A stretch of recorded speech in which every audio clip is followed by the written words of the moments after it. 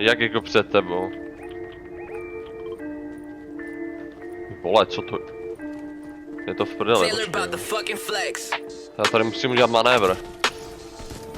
Vždycky vystřelit ze sebe své sperma tak rychle, že to někomu prostřelí hlavu.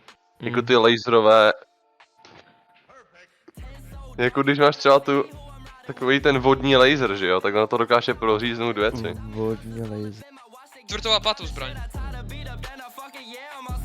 No to je náš ten, volunteer Ukrajina. Ty kokote! Wow! A co se stalo s gangem, bo? Proč se tam všichni Ne! pozabíjeli? Tomáška umí být.